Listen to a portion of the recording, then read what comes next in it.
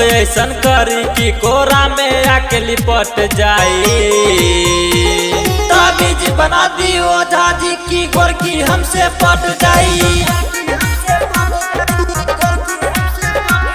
ताबीज बना दी ओझा जी की गोरकी हमसे पट जाई।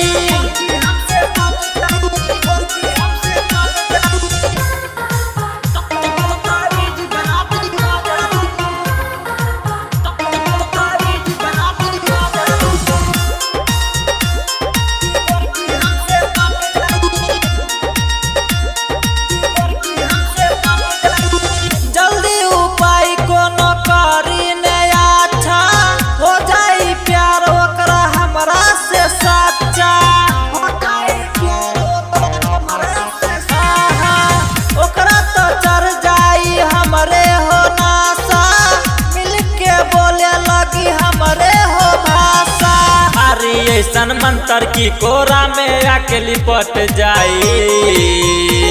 ताबीज बना दी ओझा जी की गोरकी हमसे पट जाई।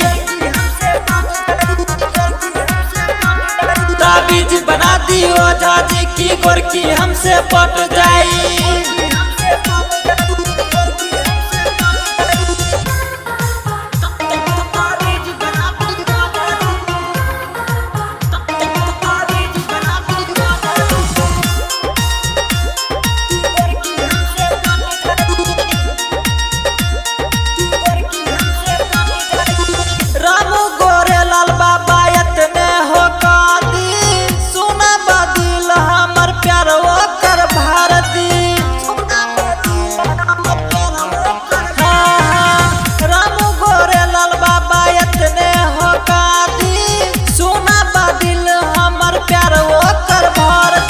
लक्षण राशिला ओकर होठ के लाली चाट जाए।